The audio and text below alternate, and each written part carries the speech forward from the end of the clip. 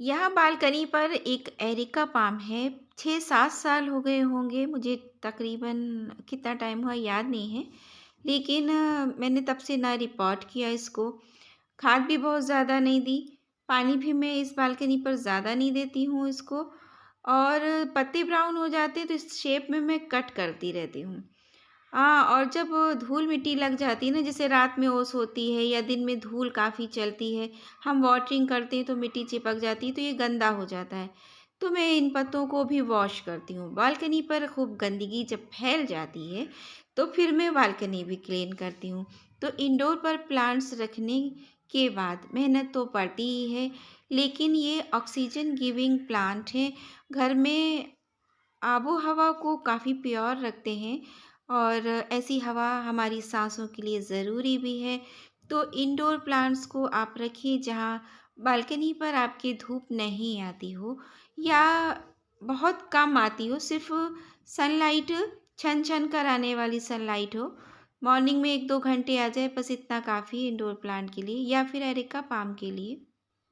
अस्सलामुअलैकुम friends, welcome to my channel Shabnoor Ali. Friends, ये देखिए मैंने गुड़ाई की है मिट्टी की। मिट्टी बिल्कुल भुरभुरी है, एकदम फ्लफ़ी है। मैंने इसमें जब प्लांट को लगाया था 100-150 का एक छोटा सा प्लांट लिया था, जिसमें 1 या 2 लीफ इसके पत्ते आ रहे थे और बहुत छोटा था।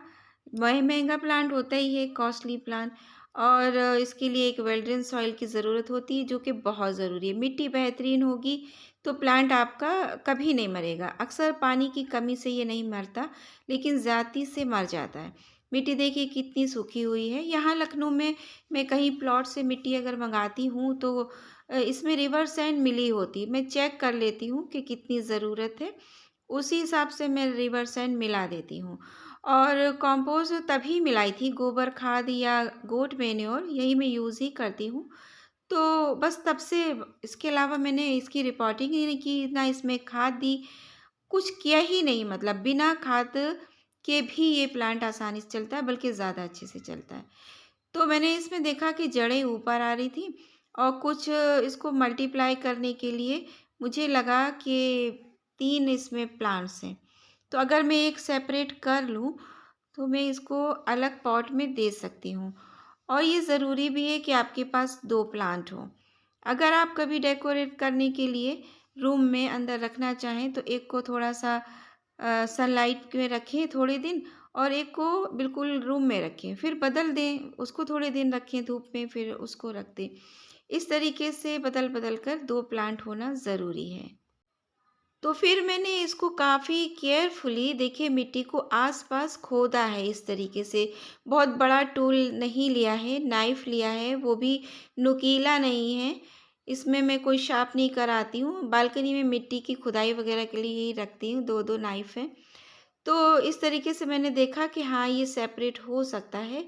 अब जड़ों को बिल्कुल डैमेज नहीं करना था और बालकनी पर मुझे निकालना भी नहीं था। रिपोर्टिंग में मैं गमले को उठाने से बहुत ही डरती हूँ क्योंकि वज़न उठाना मुझे मना है। 3 सिज़ेरियन हो जाने के बाद मैं वज़न बिल्कुल नहीं उठाती हूँ, तो बस काम इस तरीके से करती हूँ कि मेरा काम भी हो जाए और मुझे वज़न को उठाना ना पड़े। तो बस थोड़ा टाइम लगेगा लेकिन हो जाएगा। मिट्टी को नहीं निकाला, फैलावा नहीं किया, मैंने साइड से बैठे-बैठे धीरे-धीरे से इसको खोद लिया, तो कुछ ज़्यादा मेहनत नहीं पड़ी। अब इसी मिट्टी को मैं एक कंटेनर के अंदर डाल रही हूँ और ताकि मैं उसी में आराम से निकाल कर लगा सकूँ। कोई मिट्टी मैं बना नहीं रही हूँ फ़िलहाल, नॉर्मल मिट्टी जो इसकी तैयारशुदा है पहले से, उसी में लगाएँगे। तो एक तरफ से मैंने देखिए जड़ों को मिट्टी से बहुत ही आराम से निकाला, बस जड़ों पर आपको बहुत अच्छे से काम करना होगा। अगर बिना मिट्टी को पूरा रूट बाउल निकाले आप रिपोर्ट कर रहे हैं, मल्टीप्लाई कर रहे हैं, तो बस इस तरीके से कीजिएगा, वरना ख़राब होते टाइम नहीं लगेगा। हो सकता है आपके दोनों प्लांट चले जाएँ, मल्टीप्लाई तो हो ना और साथ में दोनों प्लांट आपके मर भी जाएँ। तो ऐसा नहीं करना है, बहुत आराम से इस प्लांट को निकालना है। तो मुझे जहाँ-जहाँ से लगा वहाँ-वहाँ से मिट्टी निकाल के और बहुत धीरे-धीरे सारी खाली कर ली। जब काफ़ी तह तक पहुँच गया, तो जड़ें बाहर आ गई। बस आराम से मैंने उठा लिया। इसी तरीके से करना है, ध्यान दीजिएगा गौर से। अब इस पर फंगस का असर ना हो, तो आपको एक काम इस पर और करना है, कोई भी फंगिसाइड आपके पास मौजूद हो जो आप मार्केट से लाते हो या नहीं भी लाते हो तो घर में तो हल्दी पाउडर होता ही होता है। देखिए कितने आराम से प्यार से बिल्कुल निकाल लिया और उसकी भी जड़ें जो खोली हैं उसको भी मिट्टी से कवर करना है।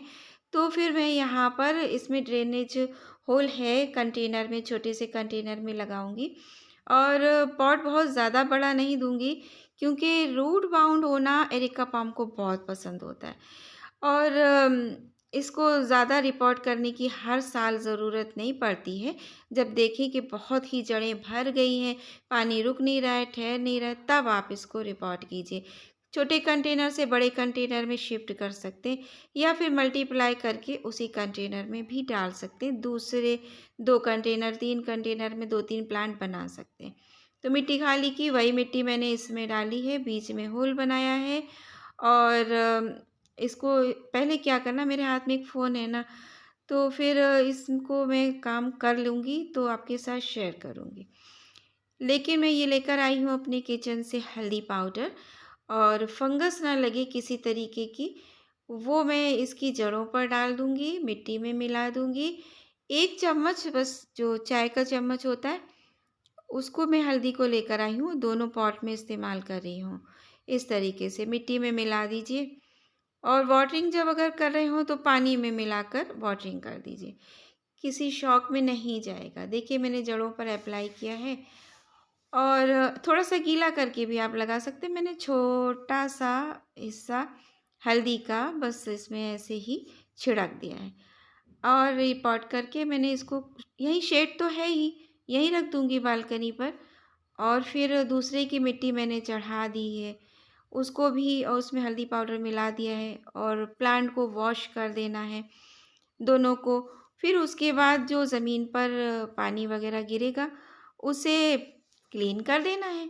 बस बहुत आसानी से ये काम हो गया। एरिका पाम मल्टीप्लाई हो गया और इसकी धुलाई करना है पत्तों की।